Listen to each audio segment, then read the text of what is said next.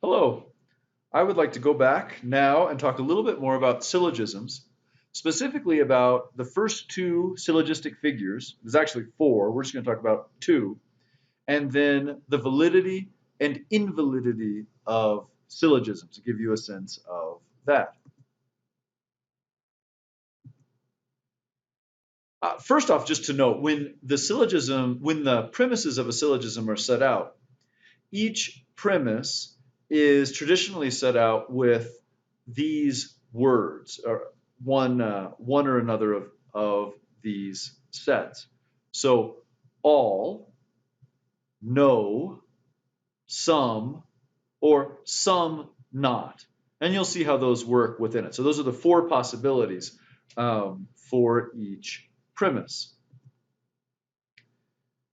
A first figure syllogism is one in which the middle term is the subject of the major premise and the predicate of the minor premise. So if you remember, the major premise is the premise that contains the term that is going to be the predicate in the conclusion, and the minor term is the minor premise is the premise that contains the term that is going to be the subject in the conclusion. So here in the first figure, this first figure syllogism, you can see all A is B, all B is C, therefore all A is C. Well, the predicate in the conclusion is C. So here we have the major premise. The subject in the conclusion is A. Here we have the minor premise. And the middle term is the subject of the major premise and the predicate of the minor premise. Okay, so anyway, that's what defines the first figure syllogism. Both of these syllogisms are valid. All A is B, all B is C, therefore all A is C. Some A is B, no B is C, therefore some A is not C, because the A that is B is not C since no B is C. Now, here's the second figure syllogism. It's a different form. Here, the middle term is the predicate in both premises. You can see that here, all A is B, no C is B. So in both the major and the minor premise, you have the middle term as the predicate. So it's a different form, and that's going to change the way that validity and invalidity works with the syllogism. So it's significant, the form that you're in. Again, here are some examples. Both of these are valid. All A is B, no C is B, therefore no A is C. So because anything that is A is within the context of, is within the category B, and no C is within that category, therefore no A can be C. Next one, some A is B. So sum of A is right there within that category B. No C is B. No C is B. So all of the A that is B is not C. But we don't know that all A is not C, just the A that is B. So therefore, some A is not C. That's what we can conclude to. Okay, second figure syllogism looks like that. That's basically what I want you to remember, is that the middle term is the predicate in both of them. What's the difference between a valid and an invalid syllogism? Well, a valid syllogism is one in which the conclusion logically follows from the premises. An invalid syllogism is one where that's not the case, where the conclusion does not logically follow from the premises. Let's look now at a few examples of invalid syllogisms. We looked at several valid ones. You know, there are lots more possibilities. There's 256 different possibilities for syllogisms overall. The vast majority of them are invalid. Only 24 of them are actually valid. Okay, so here we go. Here's a couple of the invalid ones. Here's a first figure example. All A is B. Some B is C. Therefore, some A is C. However, this is not true, as I can show you here. Look at this.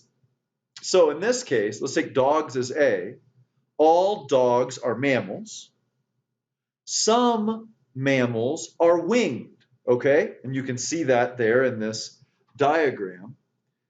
Nothing follows from that. It could be, for all we know, that dogs fit within the winged category of mammals or that they don't. This particular syllogism gives us no knowledge of that one way or another. Therefore, it's an invalid syllogism. Its conclusion does not follow from the premises. Here's an example of an invalid syllogism in the second figure. This one is common enough that I had a friend in college who called it second figure double affirmative fallacy, okay? So a second figure double affirmative is like this. All A is B, all C is B, therefore all A is C. Now, that's not true because look here, you could have this possibility. This possibility would say there's the mammals, all dogs are mammals, all cats are mammals, but it doesn't follow that all dogs are cats. That's not true.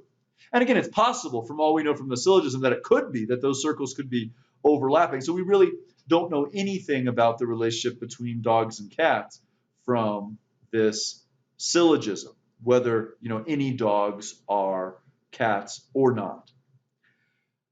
This tends to be deceptive, though, sometimes to people because of the fact that we get this kind of sense, and sometimes there's some helpfulness to this sense, but it's not logically true, that what looks like a duck and smells like a duck has got to be a duck. But that's not true. A goose looks kind of like a duck, and a duck looks kind of like a duck, but a goose is not a duck, even though both look kind of like a duck. I suppose you could say a duck looks more like a duck than a goose does. That's true. So let's take another example. People will say things like this all the time, and they just don't logically follow. Let's say all Nazis are strict. Fred is strict. Therefore, Fred is a Nazi. Well, no. False. Not true. Because the category strict includes perhaps Nazis, but it includes an awful lot of other people as well. And so therefore we ought not make a conclusion like that, but we tend to make that kind of judgment all the time. Oh, it kind of smells like this, kind of looks like that, therefore it must be that. False, not true. Lots more invalid syllogisms. Those are two examples. Two quick rules. So these are quick rules. There's more, but these ones are the easiest ones to see maybe. These can show you very quickly that certain syllogisms are invalid. So the first of them, if either premise is negative, then any valid conclusion will also be negative. So a negative premise would be one where it's no or some not in it. For example, no A is B or some A is not B. If you have either premise that is negative, then the conclusion, if it's valid, will be negative. Now, if it's negative, it doesn't necessarily mean that it is a valid conclusion, but it's always going to be, if it is valid, no affirmative conclusion is going to be a valid syllogism in that situation. And then, second rule, if both premises are negative, there is no valid conclusion. So if someone tries to make it sound like there is, they're trying to sell you a bill of goods.